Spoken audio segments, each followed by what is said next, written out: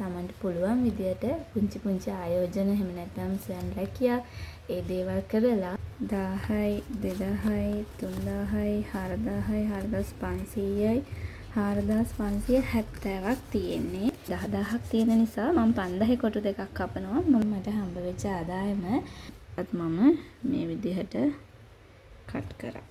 මුදල් ඉතුරු කරගන්න අමාරු කෙනෙක්ට වගේම මුදල් ඉතුරු කරගන්න ආසාවෙන් ඉන්න කෙනෙක්ටත් හෙලෝ ෆ්‍රෙන්ඩ්ස් කොහොමද ඔයගලන්ට සතුටින් පරිස්සමෙන් ඉන්නව නේද? තව පැය දෙක තුනකින් උදා වෙන අලුත් අවුරුද්ද පිළිගන්න ලෑස්ති වෙන ගමන් නේද ඉන්නේ. ඉතින් මේ ගෙවුණු අවුරුද්දටත් වඩා හොඳින් ඔයාට මේ අලුත් අවුරුද්ද පිළිගන්න ලැබෙන්න කියලා මේ රත්තරන් පාට දළු වලින් පිරීලා තියෙන බෝසමිඳු ඉස්සරහා ඔගොල්ලෝ හැමෝම වෙනුවෙන් මම ප්‍රාර්ථනා කරනවා.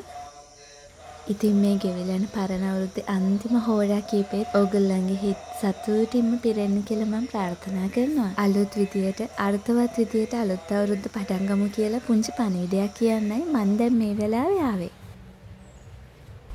මම දැන් රස්සාවක් කරන්නේ නැතුව ගෙදරට වෙලා ඉන්න නිසා නිකම්ම කාලය ගත කරන්නේ නැතුව මං වෙනුවෙන්, මගේ බබා වෙනුවෙන්, මගේ පවුල වෙනුවෙන් පුංචි මුදලක් ඉතුරු කරගන්න ඕනේ කියලා මට දැන් ටික දවසකින් ධම්ම හිතුණා. ඉතින් මගේ හස්බන්ඩ් මට වියදමට දෙන සල්ලි, එතකොට මගේ බිස්නස් එකෙන් මට හම්බ වෙන මුදල්, මෙන්න මේ දේවල් වලින් පොඩි කොටසක් ඉතුරු කරගන්න මම පුංචි ක්‍රමයක් පාවිච්චි කරනවා. ලොකු ගාණක් අතට හම්බ වෙනනම් නම් ඉතින් ඒක බෑන්ක් ඩිපොසිට් කරනවා. එහෙම නැතුව මගේ සාමාන්‍ය එදිනෙදා ජීවිතේදී මට ඉතුරු කරගන්න හම්බ වෙන මුදල් මම මෙන්න මේ ක්‍රමය හරහා තමයි අතේ ඉතුරු කරගන්නේ. මම මේක පටන් අරන් දැන්ට හරියටම මාස 1මාරක් විතර වෙනවා. ඇත්තටම මට නම් මේක මාරම ප්‍රයෝජනවත්. මම හිතන්නේවත් නැති මුදලක් මගේ අතේ ඉතුරු කරගන්න මෙන්න මේකෙන් මට පුළුවන් වුණා. ඒ වගේම මම අහලා තියෙනවා අපේ අතට ලැබෙන මුදල් වල ආදායම් වියදම් මේ පැති හරි සතේට ගණන් මිනුම් බලන අයට ඉක්මනින්ම මුදල් ආකර්ෂණය වෙනවා කියලා. ඉතින් law of attraction යටතේ මුදල් ආකර්ෂණය කරගන්න පුළුවන් ක්‍රමයක් තමයිලු මේ විදිහට හරි සතේට අපේ ආදායම් වියදම් ලියන එක. ඇත්තටම මම මේක මුලින් දැනගෙන නෙමෙයි මේ මෙතඩ එක පාවිච්චි කරන්න ගත්තේ. මමත් මේක ටික කාලයක් යනකොට තමයි ආටිකල් එකකින් කියවලා දැනගත්තේ. හැබැයි එතකොට නම් මට හිතුණා මේක ඇත්තම කතාවක් වෙන්න ඇති කියලා. මොකද මේ විදිහට ඉතුරු කරන්න ගත්තට පස්සේ මගේ අතේ සෑහෙන ලොකු මුදලක් ඉතුරු වෙනවා කියන එක මට තේරුණා. මේක තමයි මගේ මනි බොක්ස් එක ෆිල් කරන්න මම හදාගත්තු කාඩ් එක. මගේ වීඩියෝස් බලන අය දන්නවනේ මම දිව්‍යාන බබාට ගිෆ්ට් එකක් ගන්න කැටමුට්ටි 3ක් එකතු කරනවා කියලා. ඉතින් මේ අවුරුද්දේ අප්‍රේල් 14ට අවුරුද්දක් වෙන නිසා මම මේ කැටමුට්ටි ටික කඩලා කොච්චරක් තියෙනවද කියලා බැලුවා. එතන රුපියල් 2400 ගාණක් එකතු වෙලා තිබ්බා. මම ඒකෙන් රුපියල් 2400 අරගෙන මගේ මනි බොක්ස් එකට ඒකත් එකතු කරගත්තා.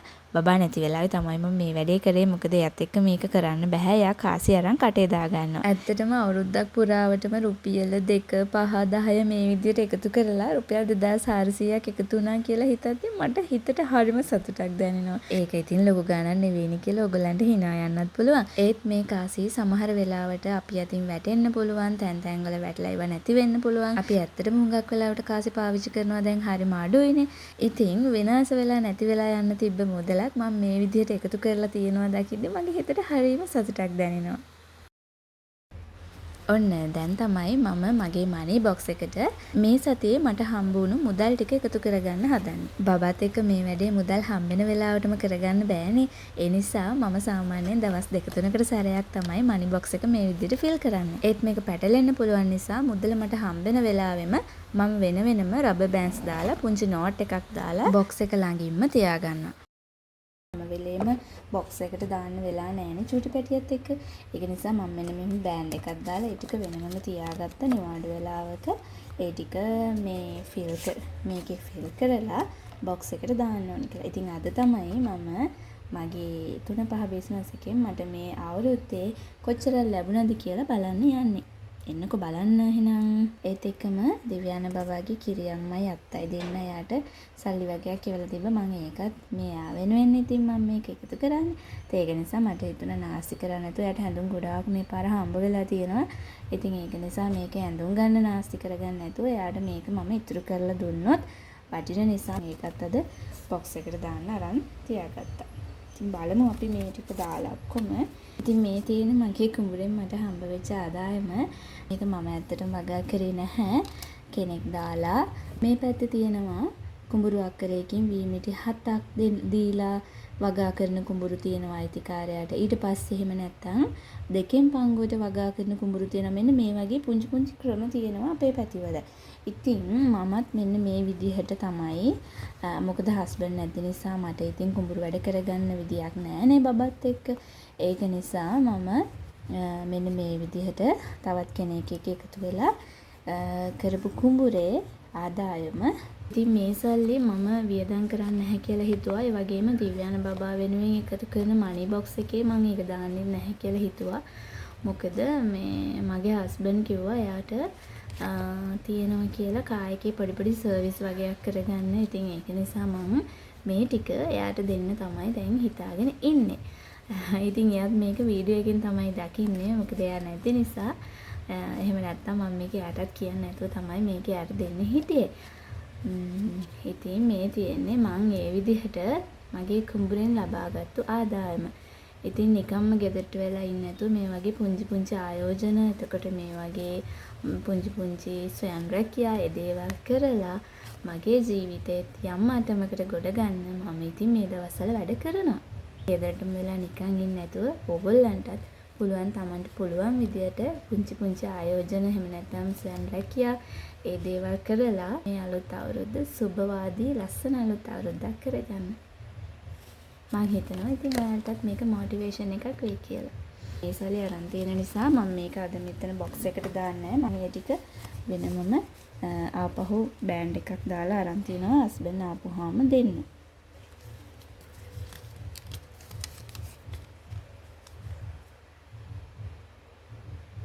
මම බොක්ස් එක සීල් කරගෙන නැහැ. මොකද ඇත්තටම මට මා විශ්වාසයි මම මේකෙන් රුපියලක්වත් මේ වෙනකොට අරගෙන නැහැ. දැන් මම මේක කරන් පටන් අරන් මාසයක් විතර අපි බලමු ඉතින් මට කොච්චර කාලෙකින් මේක ෆිල් කරගන්න පුළුවන් වෙයිද කියලා, මගේ මේ තියෙන ගාන එකතු කරගන්න පුළුවන් වෙයිද කියලා.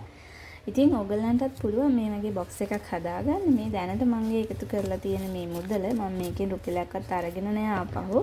නමුත් ඔයගලන්ට හිතෙනවා නම් ඕගොල්ලෝ මේකෙන් අරගනිය හදිසි වෙලාවට කියලා ඕගොල්ලන්ට පුළුවන් මේ බොක්ස් එක සීල් කරලා මෙතනින් අර චූටි කැටයක් වගේ කට් එකක් දාගෙන තියාගන්නත් පුළුවන්. මේ මගේ කැටමුට්ටි තුන මම ඒක ඇත්තටම අපත යන විදියට කැඩුවේ නැහැ. ආපහු මම මේ අවුරුද්දේ ඉඳන් ෆිල් කරන්න තමයි හිතාගෙන ඉන්නේ. ඒ නිසා ටිකක් වැඩිපුර කාසිය එළියට ගන්න පුළුවන් ගානට විතරයි කපාගත්තේ. ඉතින් අපරාධනේ නාස්ති කරන්න. ඒ නිසා ආපහු මම ස්ටාර්ට් කරනවා මේක ෆිල් කරන්න. අපහු ඒගොල්ලන්ව තියාගත්තා. මුලින්ම මම එයාගේ කිරියම්මයි අත්තයි අවුරුද්දට එවපු රුපියල් 10000 තමයි මනි බොක්ස් එකට එකතු කරගන්නේ. 10000ක් තියෙන නිසා මම 5000 කොටු දෙකක් කපනවා. මම 5000 කොටු මේකේ මම කපලම නැහැ. ඉතින් අද තමයි ඉස්සෙල්ලාම කපන්නේ.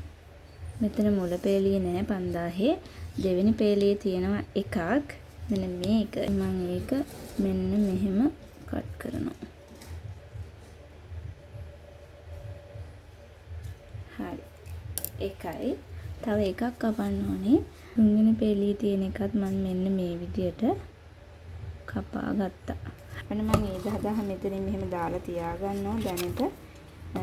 පස්සේ මේක එකතු කරලා ලස්සනට හදලා තියන්න. දැන් ඉතින් මගේ 3-5 බිස්නස් එකේ ලාභය තමයි මේ. ඉතින් ඒකත් මම දැන් එකතු කරගන්න යන්නේ කොච්චරක් තියනවද බලන්න. මම දැන් තමයි මේ බලන්නේ මේක. 1000යි 2000යි 3000යි 4000යි 4500යි 4570ක් තියෙන්නේ.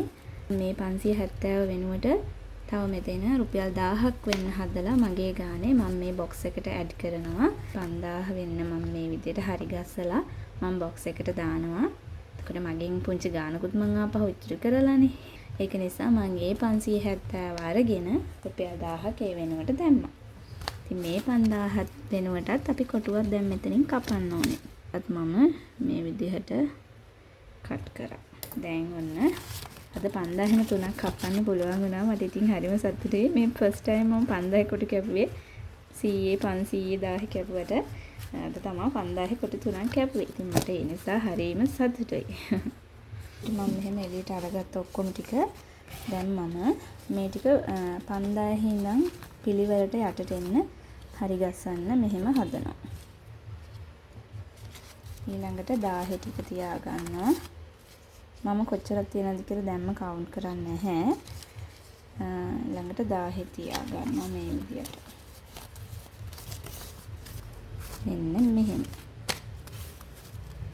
ඉතින් මම මෙන්න මේ විදිහට පිළිවෙලට ලස්සනට හදාගත්තා. දැන් මම මේ ටික මෙන්න මේ කාඩ් එකත් එක්ක මේ බොක්ස් එකට දාගන්නවා. ඊට උඩින් කාඩ් එක මෙහෙම තියනවා. ඔයගොල්ලන්ටත් පුළුවන් මේ වගේ දැන් ඔයගොල්ලන්ට හම්බෙන සල්ලි, ඔයගොල්ලන්ගේ බිස්නස් වලින් කීයක් හරි ඉතුරු වෙනවා නම් ඒ සල්ලි මේ වගේ දේවල් මේ අලුත් අවුරුද්දේවත් ඉතුරු කරගන්න කැමති කෙනෙක් නම් ඔයාලට ඉතුරු කරගන්න අමාරුයි වගේ හිතෙනවා නම් මේ වගේ මෙතඩ් එකක් පාවිච්චි කරලා බලන්න. ඒක ඇත්තටම ගොඩාක් ප්‍රයෝජනවත් වෙනවා. ඉතින් මුදල් ඉතුරු කරගන්න අමාරු කෙනෙක්ට වගේම මුදල් ඉතුරු කරගන්න ආසාවෙන් ඉන්න කෙනෙක්ටත් මගේ අද වීඩියෝ එක වැදගත් වෙයි කියලා මම විශ්වාස කරනවා. ඉතින් මේ ඉස්සෙල්ලාම හම්බෙන නැකතට වැඩ අල්ලන්න ඔන්න මම ලස්සන පුරුද්දක් කියලා දුන්නා. බලන්නකෝ try කරලා. මම හිතනවා මේක ඔයාලට ගොඩාක් වැදගත් වෙයි කියලා. ලබන අලුත් අවුරුද්ද සුබම සුබ අලුත් අවුරුද්දක් වේවා. ගිහින් එන්න නේද? පරිස්සමෙන් සතුටින් මේ අලුත් අවුරුද්ද ලස්සනට සමරන්න. bye.